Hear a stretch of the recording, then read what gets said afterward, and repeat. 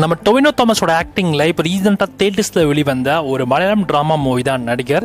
இந்த படத்தை banyan ப்ராஜெக்டாக already announce பண்ணிட்டாங்க. ஆனால் படத்தை தேட்டரில் ரிலீஸ் பண்ணுறப்ப வெறும் மலையாளத்தில் மட்டும் தான் ரிலீஸ் பண்ணியிருந்தாங்க. டப்புடு வெர்ஷன்ஸாக எங்கேயுமே அவங்க ரிலீஸ் பண்ணல, அந்தளவுக்கு பெருசாக ப்ரொமோஷனுமே பண்ணல. ஸோ ரொம்ப கம்மியான ப்ரொமோஷன்ஸ் தான் இந்த படத்தை வந்து ரன் பண்ணாங்க. ஸோ படமும் அந்த அளவுக்கு டீசென்ட் வாட்சாக தாங்க இருக்குது. ஆஹோ லெவலுக்கு சொல்கிற அளவுக்கு இந்த படம் கிடையாது, டீசென்ட் வாட்ச் தான். ஓடிடியில் பார்க்க தான் மேக்ஸிமம் நிறைய பேர் வெயிட் பண்ணிருப்பீங்க. இந்த படத்துடைய ஓடிஎட்ஸை பொறுத்த வரைக்கும் நெட்ஃப்ளிக்ஸ் தான் இருக்காங்க. தமிழ், தெலுங்கு, மலையாளம், கன்னடான்னு மொத்தமாக 4 லாங்குவேஜ்மே இந்த படம் நெட்ஃப்ளிக்ஸில் ப்ரீமியர் பண்ணுவாங்க.